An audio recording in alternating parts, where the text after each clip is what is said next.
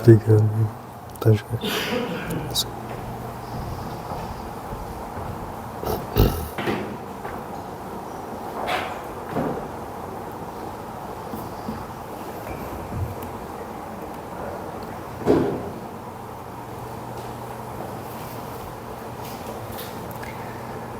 Queridas irmãs, queridos irmãos, o amor e a paz da parte de Deus, nosso Pai, e de nosso Senhor Jesus Cristo. Que Ele, o meigo, amigo, inesquecível Rabi da Galileia, nos envolva a todos com a sua sabedoria, com o seu manto de misericórdia e paz. Nós construímos a nossa conversa dessa tarde a partir de duas cenas que se repetem ao longo das Escrituras Sagradas, uma delas no Antigo Testamento, aquela cena que é composta por um jardim, uma criatura e um criador, e uma outra cena no Novo Testamento que também é composta por um jardim, uma criatura e um criador. Lá em Gênesis, capítulo 3, nós encontraremos a relação de Deus com Adão. Mais especificamente, nesse capítulo, Adão receberá do divino uma orientação e desobedecerá a ela. Quase que como a dizer, de certo modo, parafraseando a fala de Jesus: Pai, que seja feita a minha vontade e não a sua. Mais tarde, nós encontraremos o registro, nos 3 evangelhos sinóticos, daquela cena que também terá um jardim, agora o Jardim das Oliveiras, uma outra criatura, um outro homem, o Cristo, e o divino novamente. E Jesus ali dá-nos o exemplo santo e sagrado da submissão, da obediência e da resignação às leis divinas.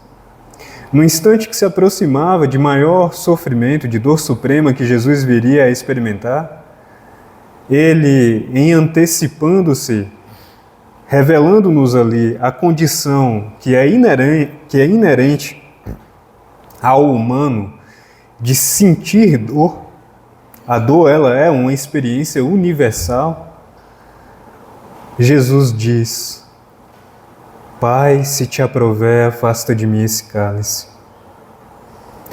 Contudo, cumpra-se a sua vontade. Cumpra-se a sua vontade. E nessa segunda assertiva, o Cristo revela-nos a face crística do Messias, da perfeita união com o Criador.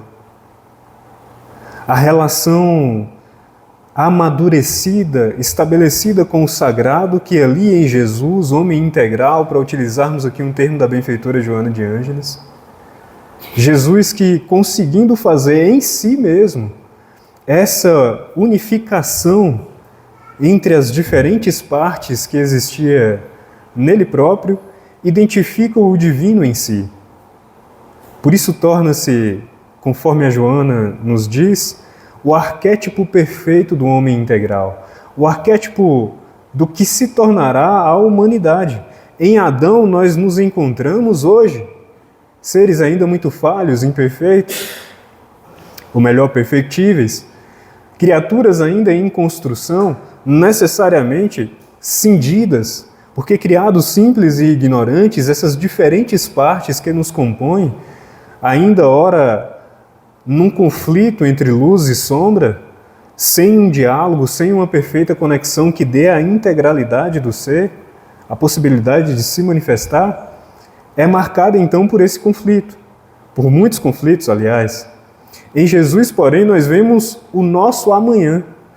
No Cristo nós temos o futuro da humanidade, aquilo que nos aguarda.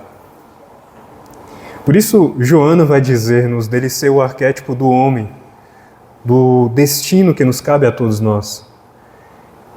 E Jesus aí nos ensina, naquela postura que ele adota diante de Deus, na sua relação com o Abba, o Paizinho, como ele mesmo irá denominar, nessa expressão tão poética que, com alguma dificuldade de tradução, se aproximaria ao seu sentido, ou pelo menos a essência desse sentido, do balbuciar de uma criança, de um pequenino, que busca no pai a figura de segurança, que busca no pai o suprir as suas necessidades.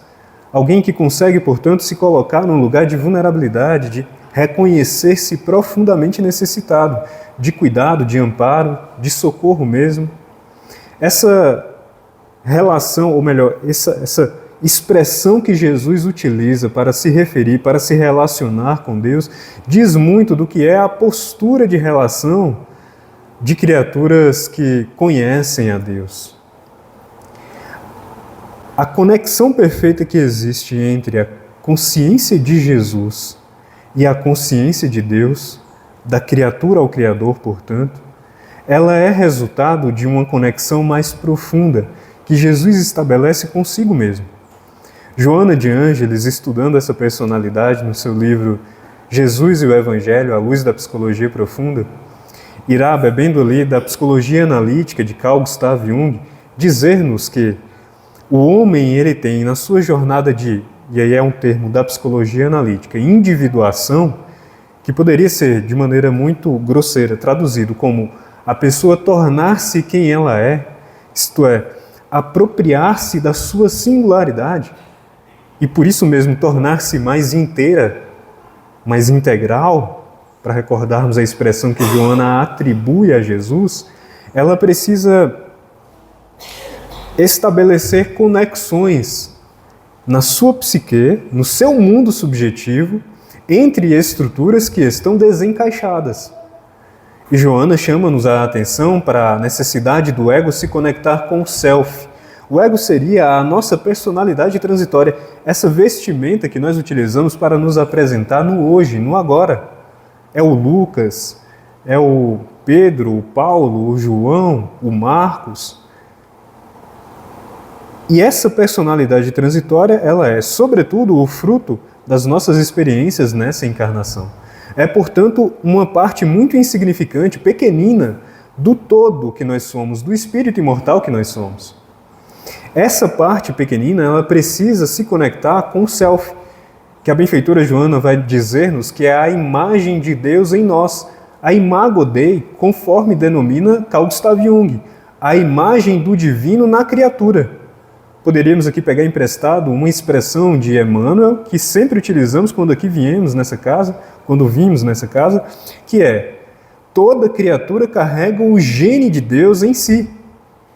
E observemos que essa é uma alegoria muito bela, porque gene é exatamente a informação que guarda em si o potencial daquilo que precisa ser manifesto.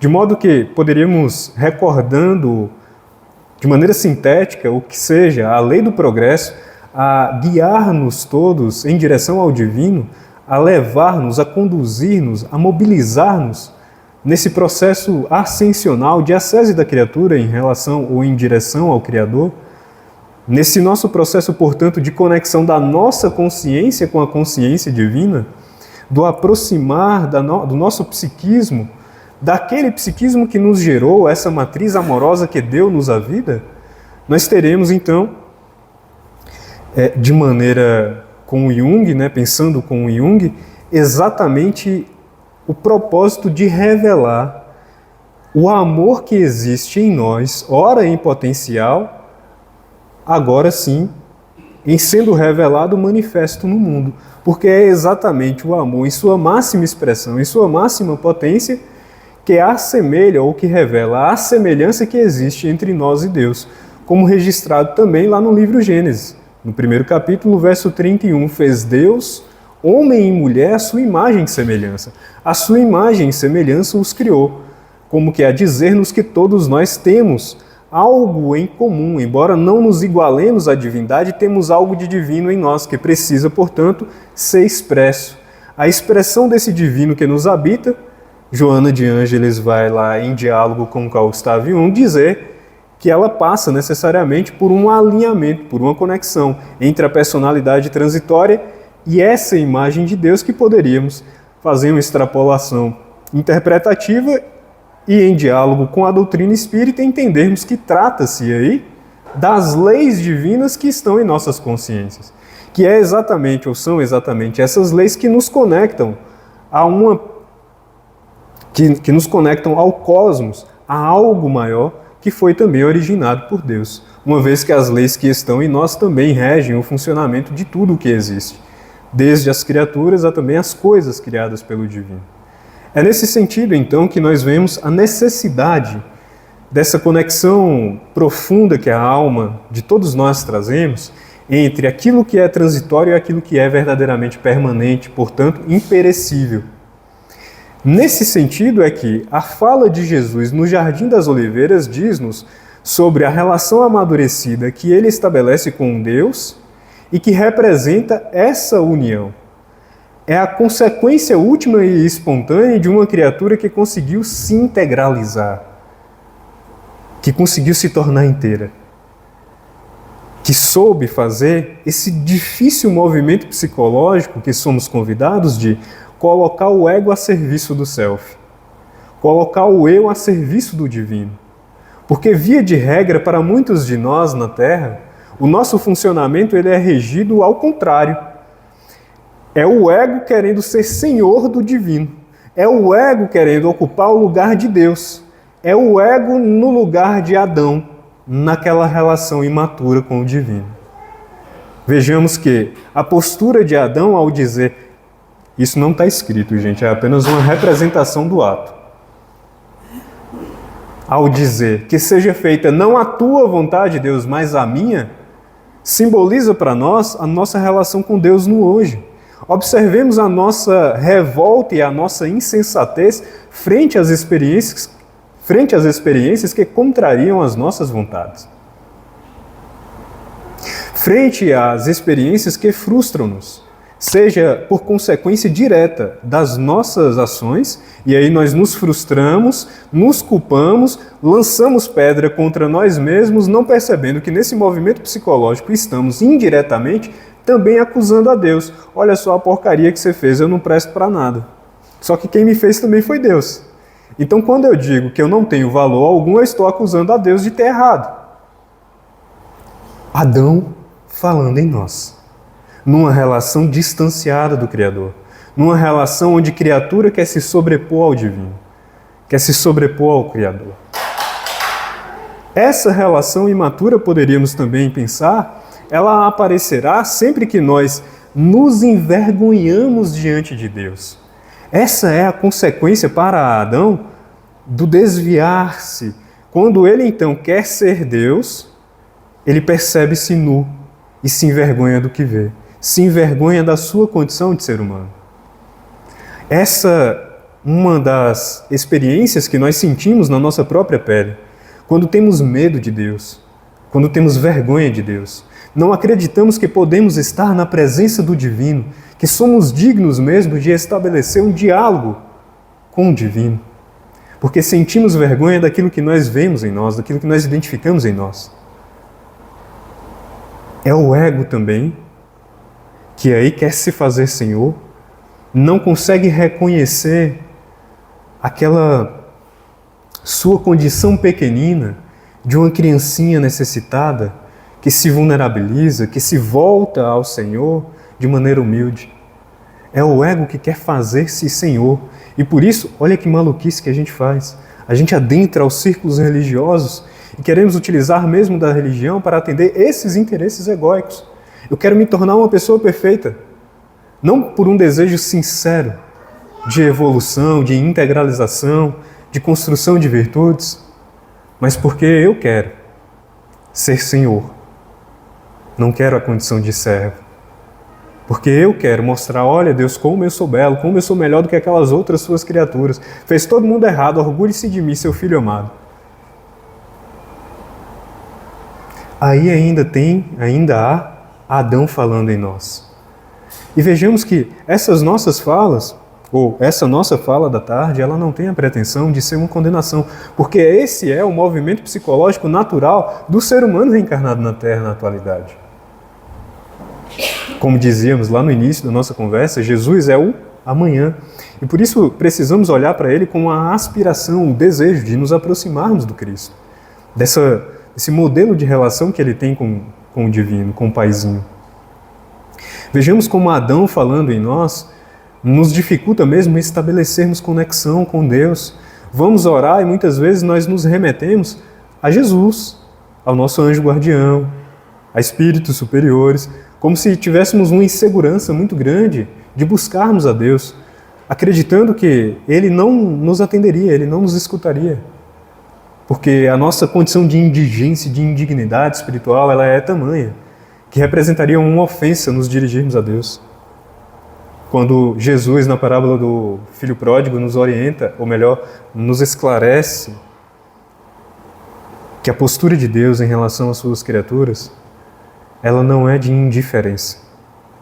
Não é uma posição neutra de alguém que aguarda que essa criatura feita, simples e ignorante, vá se completando para, depois que estiver pronta, então se relacionar com Ele. Não é isso que Jesus nos mostra. Na relação que Ele propõe, que Ele convida-nos a estabelecermos com Deus. Observemos que aquele filho que, recebendo parte da sua herança, tem uma perfeita expressão ali também de Adão falando nele. Porque para um filho rogar, solicitar ao pai a sua parte da herança com o pai em vida, era uma extrema ofensa. Era como se aquele filho dissesse ao pai: pai, eu desejo a tua morte. A tua vida nada vale para mim. E o filho mais novo, como também o mais velho, fazem exatamente a mesma coisa, porque o texto nos diz: e o pai dividiu a herança entre eles. Os dois receberam. Os dois têm a mesma postura psicológica. Um, porém, é autêntico, o outro mascara.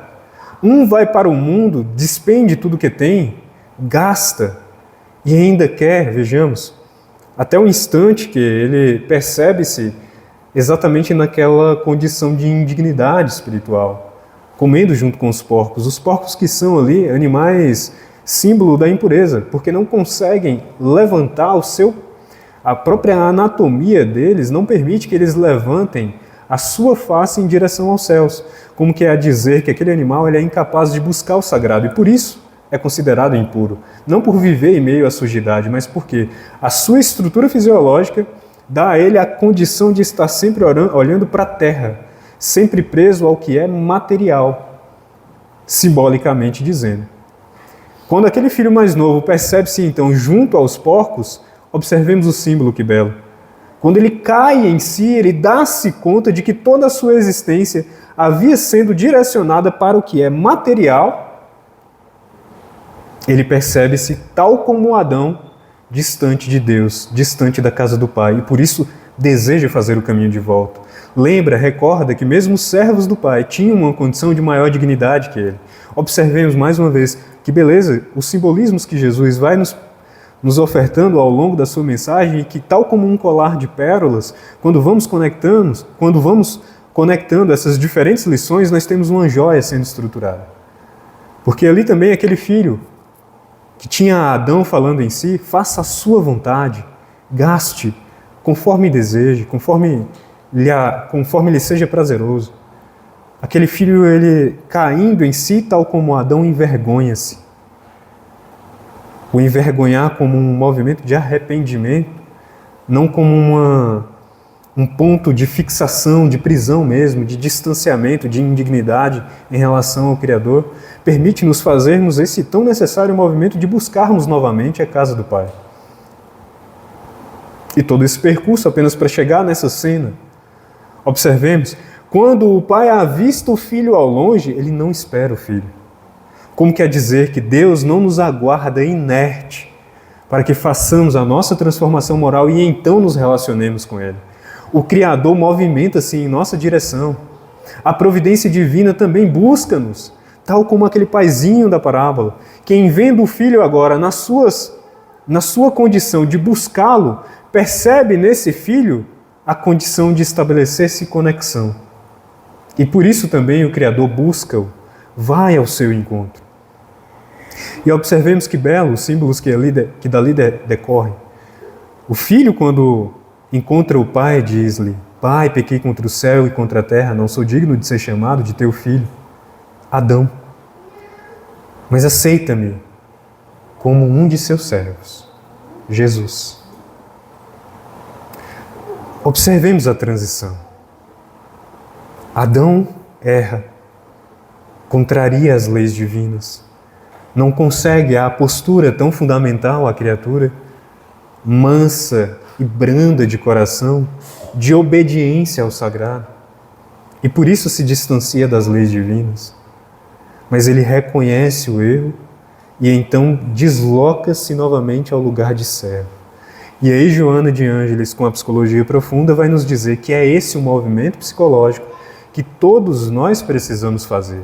Que o nosso ego, essa nossa personalidade transitória, ela esteja a serviço do céu. Que ela se permita colocar-se no seu devido lugar de servo, de servidor. E isso passa por percebermos que nós não somos tão importantes como nós acreditamos que nós somos. Olha que paradoxal, porque nós conseguimos nos conectar com o nosso valor mais profundo quando abrimos mão das ilusões de poder que nós trazemos, das fantasias que nós nutrimos de que somos criaturas incríveis e muito importantes dentro da criação. Porque quando eu me vejo num lugar de insignificância, então eu me descubro valoroso. É o que Paulo nos diz na sua carta escrita à Igreja de Roma. Quando me percebo fraco, então é que me torno forte.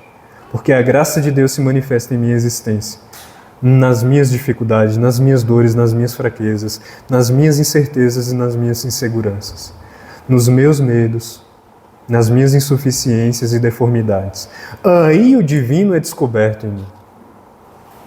Porque é justamente quando nós olhamos, tal como aquele filho, para as nossas muitas sujidades que conseguimos então perceber que é possível o divino existir em nós. Porque aí nós nos apequenamos. E quando nos apequenamos, nós nos assemelhamos às crianças, e por isso Jesus nos diz: em verdade eu vos digo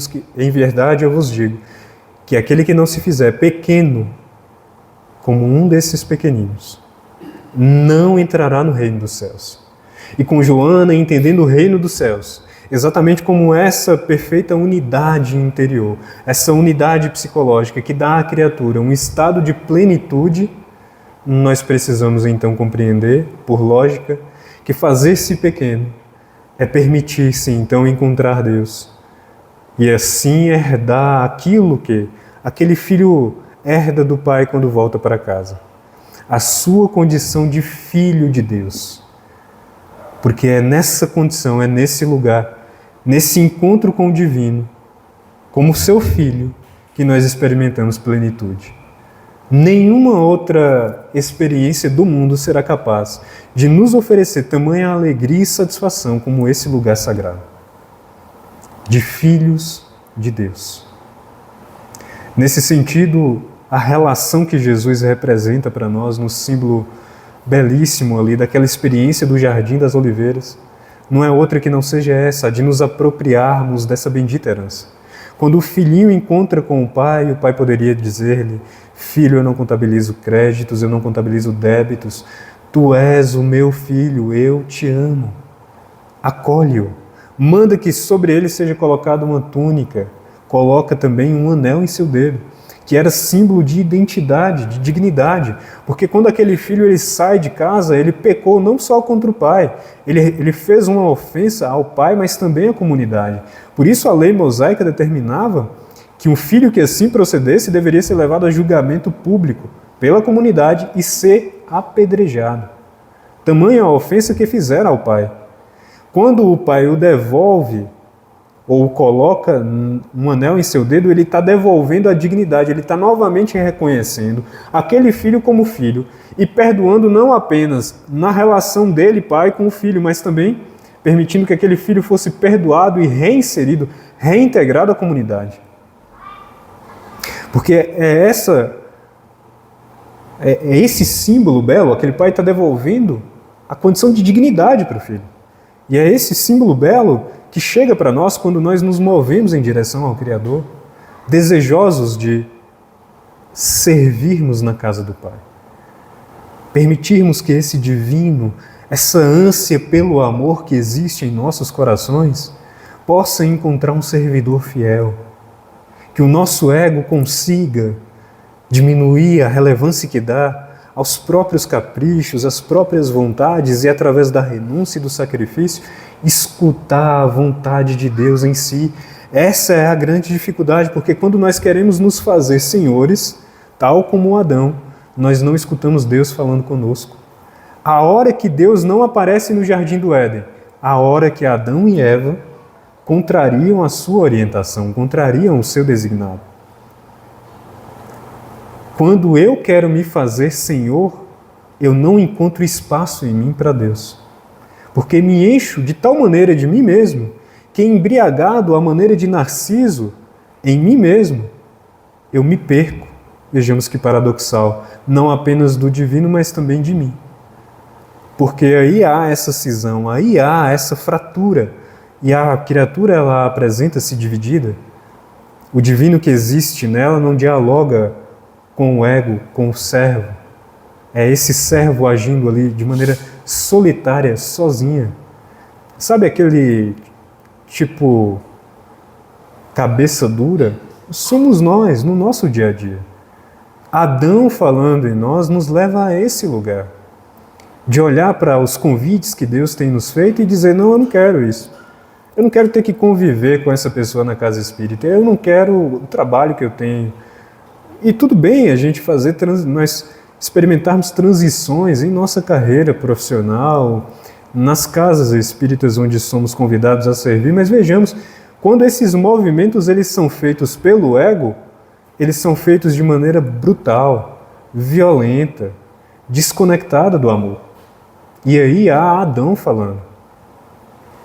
Essa criatura que não consegue perceber-se digna de Deus. Alguém que está numa experiência de sede profunda, tal como aquela mulher samaritana que encontra Jesus à beira do poço e escuta o Cristo pedindo-lhe que desse-lhe água.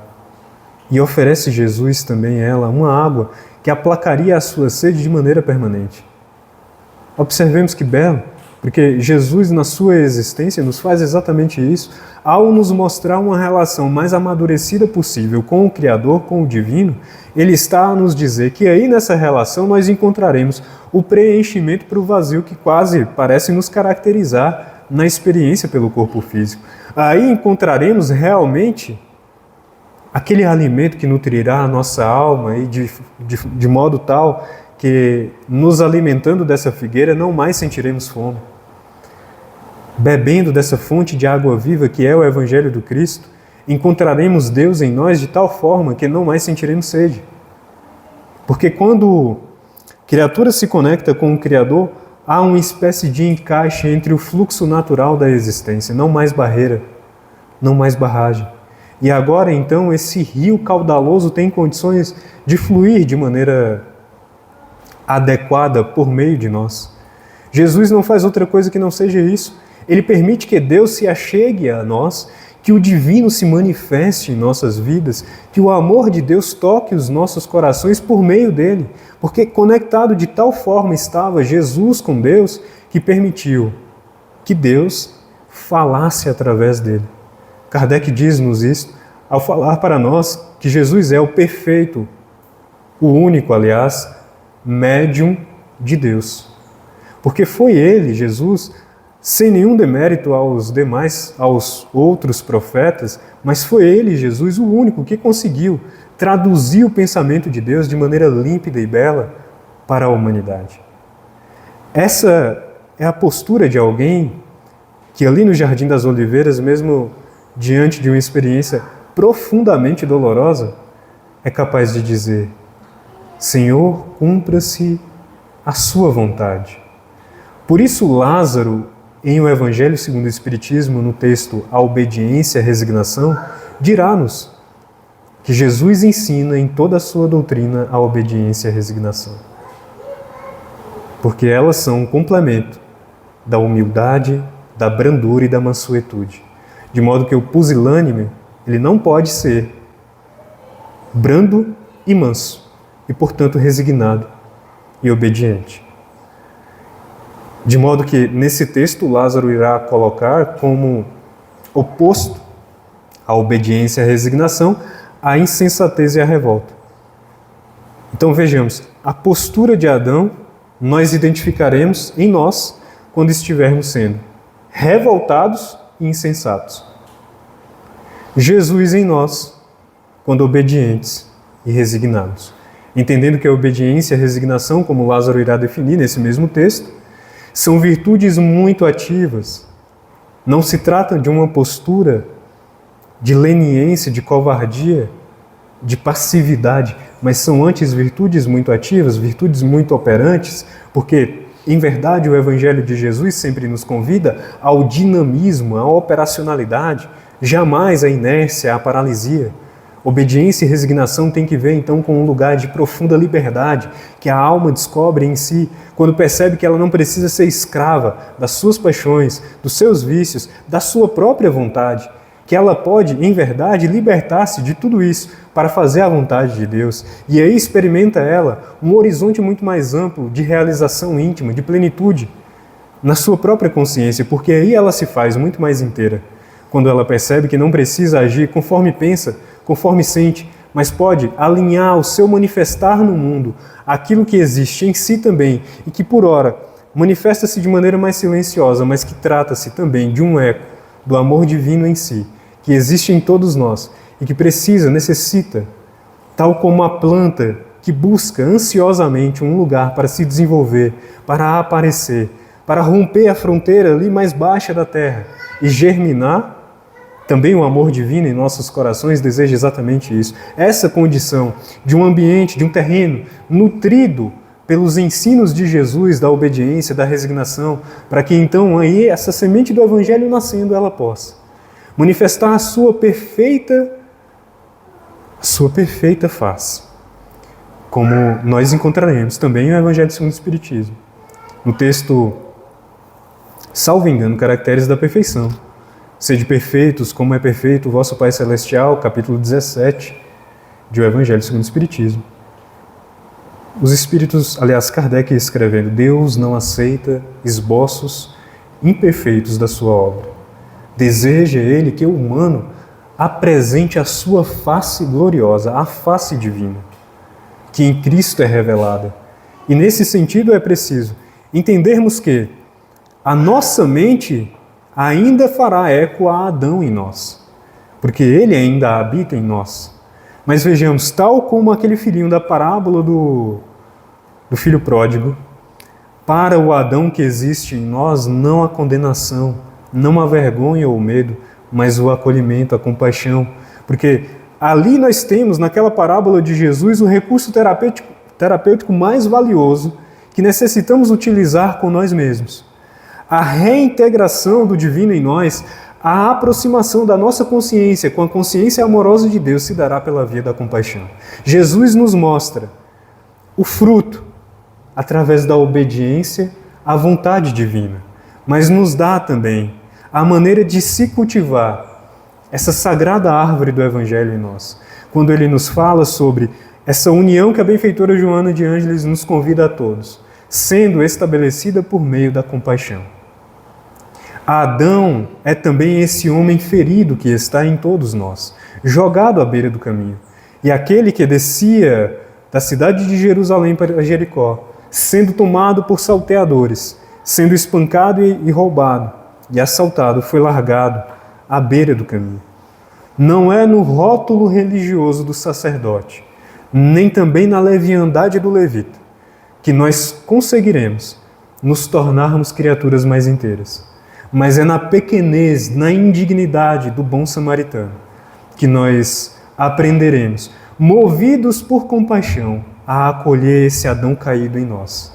E em o socorrendo poderemos, exercitando aí o amor divino em nós, percebermos que não temos necessidade de nos envergonharmos diante de Deus, que não precisamos temer a Deus, nos amedrontarmos diante do divino, porque Deus é um paizinho profundamente amoroso, desejando intensamente ter-nos em seus braços, ansiando profundamente olhar-nos como aquele bom e belo pastor, a acolher em seus braços a ovelha que ora estava apartada do rebanho, e acarinhá-la, amansá-la, permitindo que ela agora esteja ali num lugar seguro.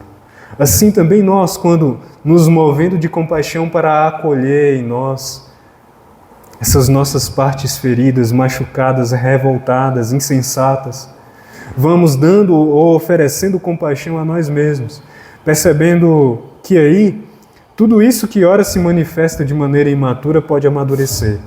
E aquilo que agora está como semente tende a florescer, depois de germinar e se desenvolver, para que mais tarde, mais adiante, o fruto da obediência, da completa submissão à vontade de Deus possa, tal como as palavras de Paulo, ser um eco na nossa própria existência, a dizer: não sou mais eu quem vivo, é o Cristo que vive em mim.